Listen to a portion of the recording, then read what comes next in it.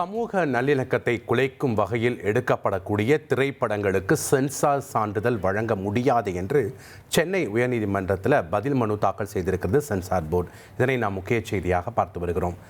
குறிப்பாக சமூக நல்லிணக்கத்தை குலைக்கும் வகையில் எடுக்கப்படும் திரைப்படங்களுக்கு சென்சார் சான்றிதழ் வழங்க முடியாது என்று தெரிவித்திருக்கிறது. லக்ஷ்மி லாரன்ஸ் காதல் என்ற திரைப்படத்திற்கு சென்சார் சான்று மறுக்கப்பட்டதை எதிர்த்து பட நிறுவனம் தொடர்ந்த வழக்கில் தான் இந்த பதில் மனுவை தாக்கல் செய்திருக்கிறது சென்சார் போர்டு.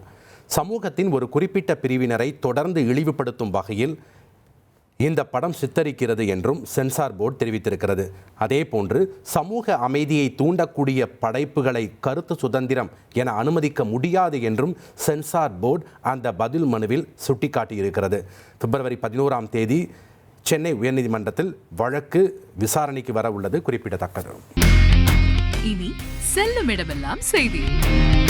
தந்தி டிவியின் வாட்ஸ்அப் சேனலை ஃபாலோ பண்ணினா செல்ல இருக்கும் இடமெல்லாம் செய்தி. இதோ QR கோட் இப்பவே ஸ்கேன் பண்ணுங்க, ஃபாலோ பண்ணுங்க.